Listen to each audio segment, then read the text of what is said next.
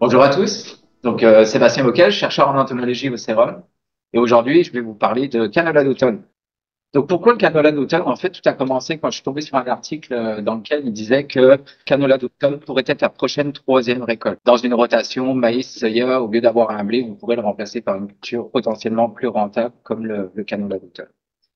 Et en fait, en faisant un petit peu de littérature, je me suis rendu compte que c'était une culture qui était très bien implantée aux États-Unis et qu'il y avait beaucoup de recherches d'évaluation en fait qui étaient faites en Ontario depuis les années 2018. Et en fait, dans ces études, ils ont testé des nouveaux cultivars, donc des variétés qui sont beaucoup plus modernes, des hybrides qui ont été sélectionnés, plus modernes, qui ont été mises en marché récemment et qui sont beaucoup plus résistantes au froid. Donc on parle de Mercedes en Ontario qui est commercialisé, mais il y aurait aussi Plurax comparativement aux plus vieilles variétés qui étaient utilisées il y a quelques années comme Chronos ou Visi.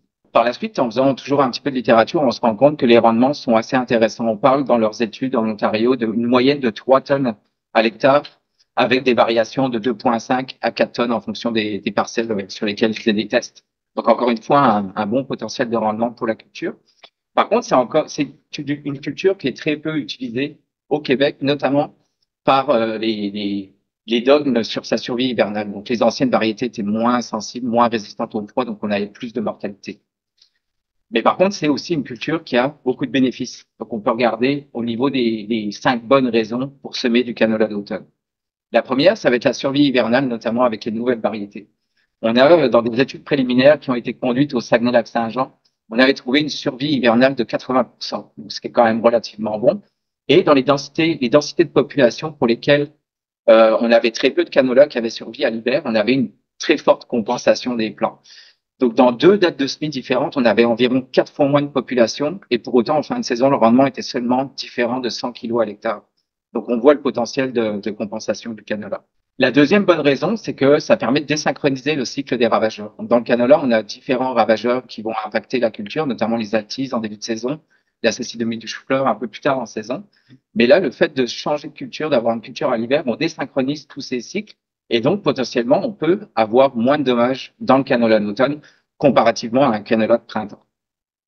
La troisième bonne raison, c'est aussi ça va offrir une certaine compétition contre les adventices ou les mauvaises herbes. Le canola d'automne, il faut savoir qu'il est très susceptible à l'implantation, donc à l'automne, du stade du semis jusqu'au stade 6 feuilles.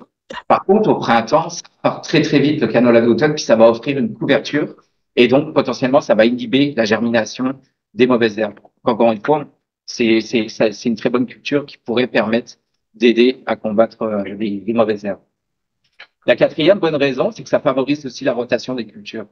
La rotation, en fait, c'est une des stratégies de lutte intégrée qui est la plus importante. Et le canola d'automne va permettre de briser le cycle de production céréales-céréales. Donc, un blé avec une avoine ou d'autres choses, on pourrait venir incorporer dans ces rotations le canola d'automne. Aussi, la date de récolte, en fait, permettrait de semer plus tôt les céréales à l'automne. On parle d'une date de récolte à la troisième semaine de juillet, donc fin juillet, ce qui laisse tout le mois d'août pour faire des préparations à l'implantation d'une céréale à l'automne à l'automne. Et finalement, dans les études en Ontario, ils ont rapporté qu'un blé d'automne qui suivait un canola d'automne, on aurait des rendements qui seraient de 10 à 20% supérieurs comparativement à une autre culture précédente. Donc, encore une fois, on a certains avantages à intégrer le canola d'automne dans les rotations. Et finalement, la dernière bonne raison d'utiliser du canola d'automne, c'est que ça offre une couverture du sol à l'hiver. Donc là, c'est le cycle de production, en fait, est très similaire à celui des céréales d'automne. On va avoir un semis à partir de la fin août, début septembre, et une récolte l'été suivant. Ça va permettre d'avoir une belle couverture à l'automne et au printemps des sols, ce qui va améliorer la santé et la conservation des sols. À partir de tout ça, on s'est dit, bah, pourquoi pas tester au Québec le canola d'automne, puis essayer de voir l'intérêt d'inclure le canola d'automne dans une rotation de culture. Et donc, on a suivi, en fait, dans ce projet qui est toujours en cours, on a 4 principaux objectifs. Le premier, c'est de regarder la couverture de canola d'automne sur la présence de mauvaises herbes. Ça, c'est en collaboration avec Sandra, l'équipe de Sandra. Le deuxième objectif, c'est de regarder la capacité du canola d'automne à éviter les dommages causés par les ravageurs. La troisième, bien sûr, c'est le nerf de la guerre, c'est de savoir la survie hivernale. Donc, avec les nouveaux cultivars, on veut savoir si on a des bonnes survies en hiver. Et finalement, le quatrième, c'est de regarder le potentiel de rendement du canola d'automne dans une rotation avec du blé d'automne. Donc, comme on a vu tout à l'heure, je pouvais avoir des gains de 10 à 20% de rendement. Donc là, on vise une rotation canola d'automne, blé d'automne, puis on va aller regarder avec l'équipe d'amélioration génétique, notamment Michael, de voir l'impact que ça peut avoir sur le blé. Pour ce projet, en fait, on a suivi un plan d'expérience qu'on appelle, ou qu'on dit mère-fille. C'est-à-dire qu'on va avoir des essais en centre de recherche avec beaucoup de parcelles, beaucoup de prises de données, et on va avoir des essais beaucoup plus simples à mettre en place par les producteurs, chez les producteurs. Donc là, on a deux sites mères, en fait, un au sérum, on avait deux essais, un en régie biologique, un en régie conventionnelle, et un essai à Agriculture et Agroalimentaire Canada, situé à Normandin, au Saguenay-Lac-Saint-Jean, où eux ont fait l'essai en régie conventionnelle. Et on avait aussi 5 producteurs qui sont participants au projet. Donc on a 3 producteurs au Saguenay-Lac-Saint-Jean, dont 2 qui sont en régie biologique, un en régie conventionnelle. Et sinon, les 2 autres sont situés au Bas-Saint-Laurent et en Chaudière-Appalaches, les 2 qui font une régie conventionnelle. Alors au niveau du matériel et méthode, ça c'est à peu près ce qu'on a suivi dans tous les sites, que ce soit des sites mères ou des sites filles. Les suivis ont été réalisés dans les parcelles de canola d'automne, à l'automne et au printemps. Mais on a aussi mis du canola de printemps pour avoir une sorte de comparatif, voir si on est capable de diminuer les ravageurs, la compétition aux mauvaises herbes, etc. Donc au niveau des ravageurs, on a fait le suivi à l'automne et au printemps. Pour les altises, en fait, on a regardé la défoliation. Donc on voit ici les petits picots. Ça, c'est vraiment de la défoliation causée par les altises. Ensuite, pour la cécidomie du chou-fleur, qui est le principal ravageur dans la culture de canola, on a fait des suivis des populations à l'aide de pièges à phéromones. On a aussi prélevé des plants qu'on a mis en incubation pour voir l'émergence ou l'infestation des plants par la cécidomie du chou-fleur. Et on a également fait des évaluations de dommages directement au chou. Et finalement, pour les autres ravageurs, ben, c'est surtout au moment de la floraison, au stade bouton, début floraison, où on va faire des dépistages à l'aide de filets fauchoirs, puis on va dénombrer en fait les différents ravageurs qu'on retrouve dans nos échantillons de filets. On a fait aussi un suivi des mauvaises herbes à l'automne et au printemps dans le canola d'automne et au printemps dans le canola de printemps. Et on a fait également un peuplement et la survie hivernale du canola d'automne. On a fait un suivi de la floraison, je vous expliquerai un petit peu pourquoi plus tard. Et finalement, en fin de saison, on a fait une récolte pour voir le potentiel de rendement de la culture. Donc, si on regarde au niveau des résultats, moi, aujourd'hui, je vais vous présenter les résultats de la régie conventionnelle ici au sérum. Il faut savoir qu'on a eu la même tendance en régie biologique. Agriculture agroalimentaire Canada en conventionnel, on attend encore les données, mais on a vraiment les mêmes tendances, que ça soit ici au site mère, régie bio, régie conventionnelle, et chez les producteurs. Donc, si on regarde le premier graphique, en fait, la plupart du temps, ça va être le canola d'automne à gauche, canola de printemps à droite. Ici, on a nos différents stades de croissance. Donc, BBCH, c'est les stades de croissance, mais 12, 13, 14, c'est 2 feuilles, 3 feuilles et 4 feuilles. Et sur la gauche, on a le pourcentage de défoliation en ordonnée. Donc, qu'est-ce qu'on peut voir? La première chose, en fait, c'est que dans le canola d'automne, la défoliation était vraiment très, très faible par les atides. On parle de moins de 1%. Par contre, quand on regarde en comparaison au canola de printemps, ben, au tout début de l'émergence, on a très peu de défoliation. Par contre, on voit que ça augmente très rapidement la défoliation dans le canola de printemps. Donc, encore une fois, on était dans la régie conventionnelle 24% au stade 2 feuilles et 21% au stade 4 feuilles. Et le seuil d'intervention pour l'altis, c'est 25%. Donc, on est très proche des seuils d'intervention, alors que dans le canola d'automne, on n'a jamais dépassé le 1%. Donc, ça, c'est vraiment un bon résultat. Si maintenant on passe au niveau de la cécidomie du chou-fleur, donc ici on a le nombre de CCF par piège par jour sur leurs données. Ici on va avoir les dates de relevé, donc qui vont s'étaler à l'automne 2022, mais aussi au printemps 2023. Et en haut, je vous ai mis en fait les différents stades de croissance. Donc en vert, le stade végétatif, en rouge et en orange, le stade élongation et bouton, qui sont les stades sensibles à la cécidomie du chou-fleur pour le canola. Et par la suite en jaune, la floraison et en bleu, les cycles. Donc on voit pour la première ligne, canola d'automne, à l'automne, on est au stade végétatif, le canola se développe. Par contre, on n'a aucune capture de cécidomie du chou-fleur. Donc, en fait, on en a eu 2 au total dans la saison ici au sérum.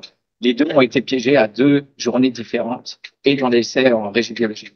Donc, encore une fois, très bonne alternative, le canola d'automne, pour s'éviter des dommages de cécidomie du chou-fleur. Par contre, si on regarde un petit peu plus tard, au printemps, ben, notre canola, il va reprendre sa croissance, le canola d'automne. Encore une fois, il a très peu de cécidomie du chou-fleur. En fait, on voit une augmentation, principalement quand le canola d'automne est au stade silique, alors que le canola de printemps, lui, il est au stade sensible.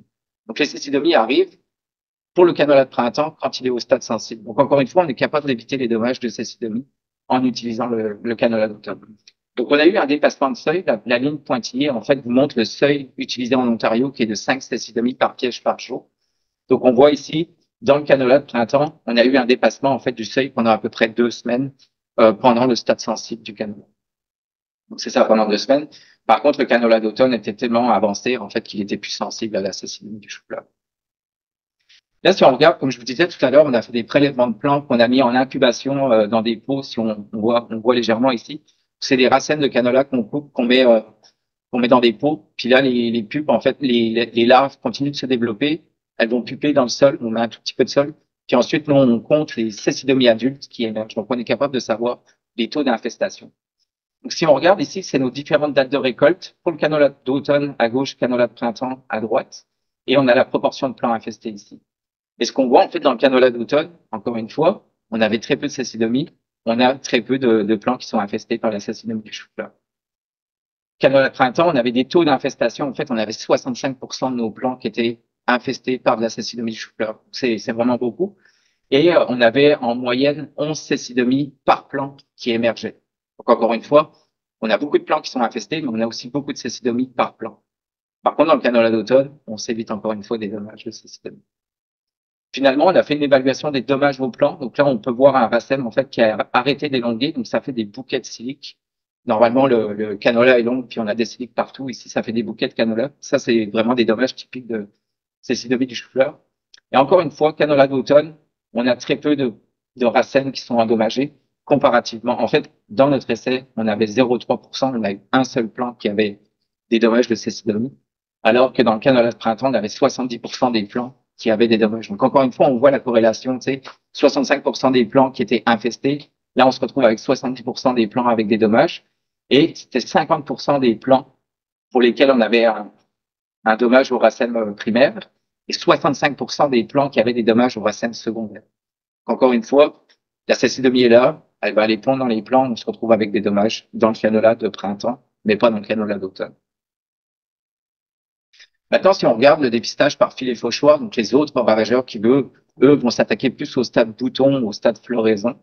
Encore une fois, je vous ai montré, ici, je vous ai pris en fait les 4 ravageurs qu'on avait suivis. Donc le charançon de la silique pour la première case, Trostène des crucifères pour la deuxième, Milligate des crucifères et la punesterne à la fin. Et donc ça vous donne le nombre de ravageurs en fait ou d'insectes par coup de filet fauchoir pour le canola d'automne sur chacun des graphes à gauche et le canola de printemps sur chacun des graphes à droite. En fait, ce qu'on remarque, si on compare dans chacune des boîtes, on voit que la présence de ravageurs est toujours plus importante dans le canola de printemps que dans le canola d'automne. Et si on regarde un petit peu plus loin, pour la punesterne, je vous ai encore une fois mis la ligne en pointillé qui est le seuil d'intervention. Et bien là, dans le canola d'automne, dans le canola de printemps, on dépasse le seuil d'intervention, alors que dans le canola d'automne, on était toujours en dessous de notre seuil d'intervention. Encore une fois, on est capable de s'éviter des dommages en utilisant du canola d'automne.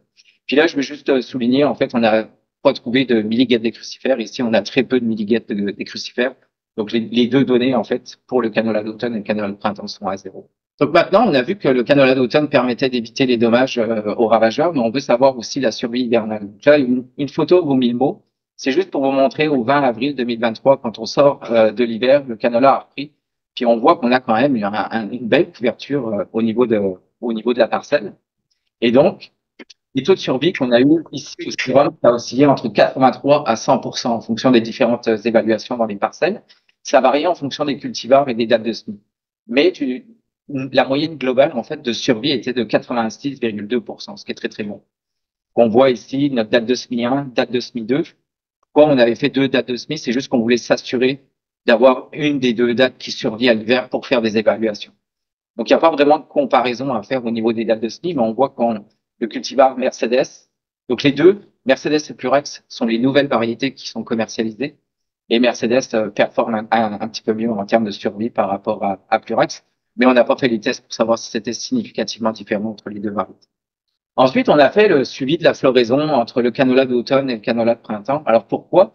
Parce qu'on peut avoir un risque de pollinisation croisée et donc on peut avoir un transfert de gènes entre le canola de printemps qui lui va être génétiquement modifié versus un canola d'automne où lui est sélectionné de manière traditionnelle. On parle d'hybride.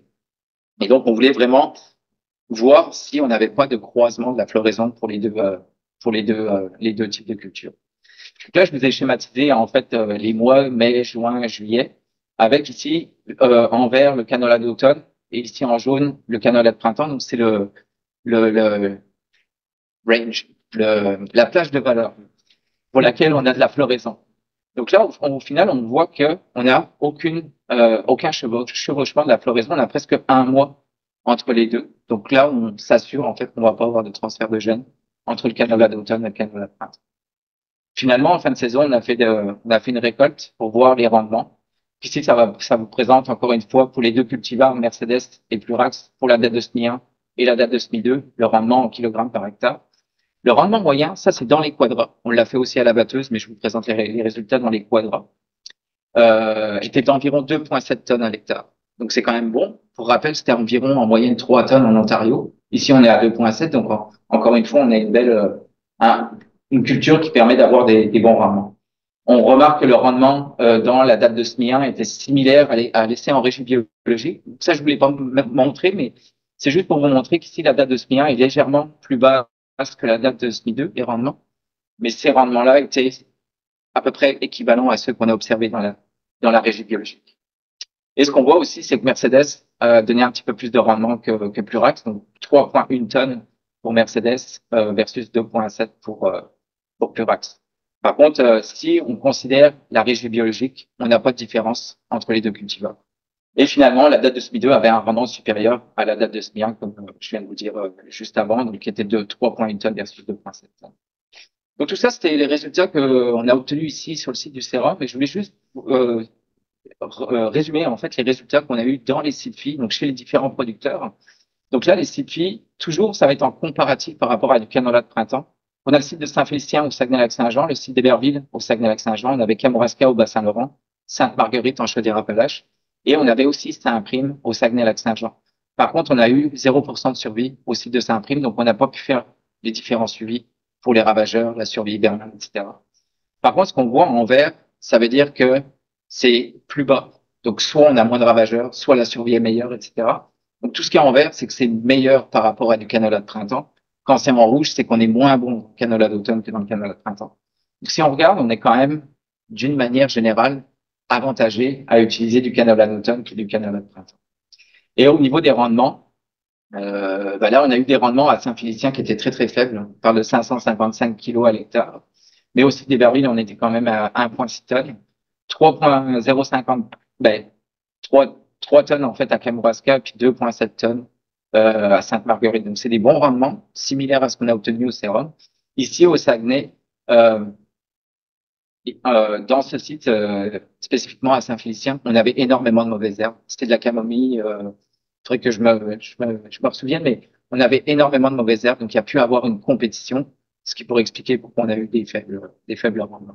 Donc si on conclut un petit peu sur le canola d'automne, ça a une très très bonne capacité à éviter les dommages causés par les ravageurs, particulièrement pour les deux principaux ravageurs qui sont les altises et la sacidumie du chou-fleur. Pour le moment, dans le canola de printemps, on utilise des traitements de semences pour éviter d'avoir des problèmes d'altise. Donc là, on a vraiment une belle alternative aux insecticides en utilisant un canola d'automne pour s'éviter les dommages d'altise et de CCF. L'intégration du canola d'automne dans les rotations de culture serait aussi une avenue très intéressante, notamment en régie biologique, où on ne peut pas utiliser de pesticides. Là, on peut s'éviter d'avoir des problèmes de ravageurs en utilisant du canola d'automne. Ça pourrait être aussi une excellente alternative à l'utilisation d'insecticides de semences et foliaires en régime conventionnel. Et finalement, on a vu que ça avait quand même une bonne survie à l'hiver, de bons rendements, et que c'est efficace dans la lutte contre les ravageurs, mais aussi les mauvaises herbes. Donc, ça pourrait être une nouvelle perspective pour la gestion intégrée des ravageurs dans la culture du canola au Québec.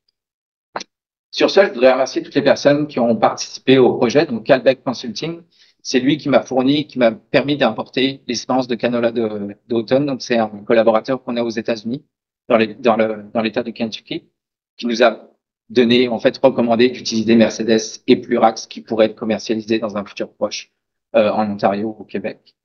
Les clubs conseils en agro-environnement, parce que tous les suivis qui ont été faits chez les producteurs, c'était en collaboration avec les clubs conseils. Donc, notamment 3 clubs conseils, le groupe conseil agricole de la Côte du Sud, le groupe multiconseil agricole du Saguenay-Lac-Saint-Jean et Optique Conseil Chaudière-Appalaches. On remercie aussi les producteurs qui ont participé, qui nous ont donné accès en fait à leur champ, puis à nous laisser aller prendre des données. Ça, c'est vraiment apprécié. Tous les collaborateurs du groupe de travail sur les ravageurs du canola, du réseau d'avertissement phytosanitaire, toute l'équipe du sérum et notamment les étudiants d'été pour aller prendre les données au champ, etc. Donc c'est vraiment apprécié pour l'implantation aussi du canola d'automne par les ouvriers. Merci beaucoup. Et finalement, je dois remercier aussi les financeurs, donc le partenariat canadien pour une agriculture durable qui a été financé par le MAPAC et le fédéral.